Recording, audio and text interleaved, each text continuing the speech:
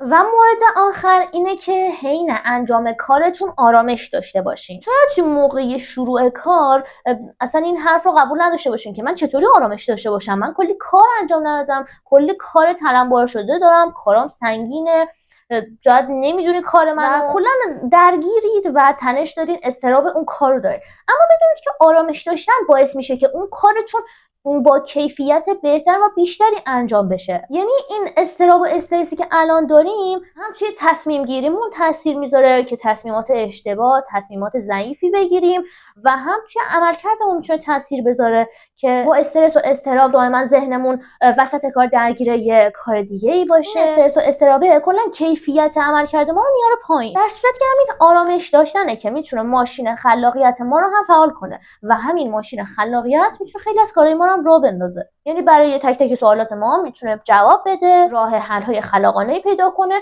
و در صورت مواجه شدن با یه مسئله خیلی راحت بتونیم با اون مسئله کنار بیاییم و اون مسئله رو حلش کنیم.